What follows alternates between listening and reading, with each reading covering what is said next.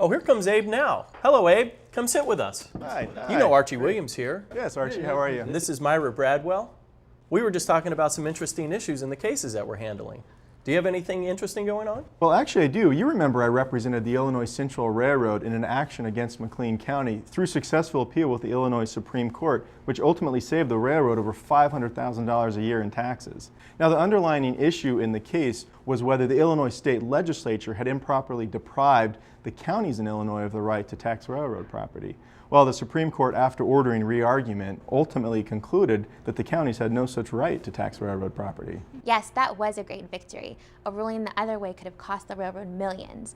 It also could have stopped the spread of rails across this expanding nation. Well, right, it was a hard-fought victory. And afterwards, I sent James F. Joy, counsel for the railroad, this letter regarding my bill.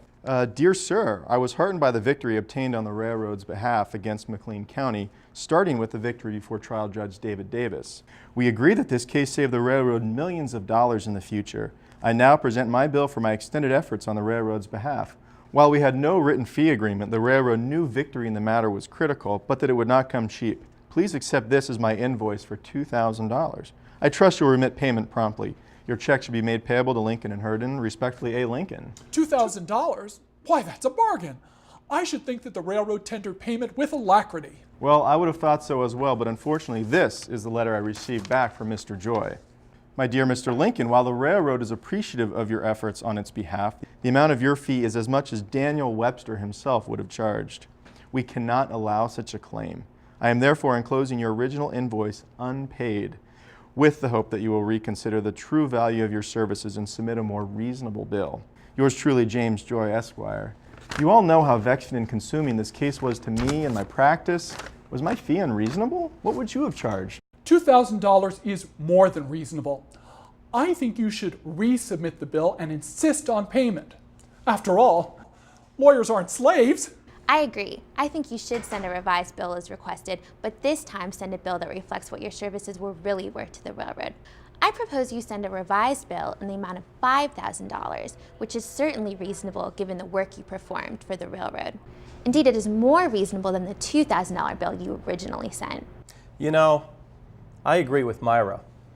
And when the railroad refuses to pay the invoice or ignores it, I'd go ahead and I'd sue them for the full $5,000 plus court costs.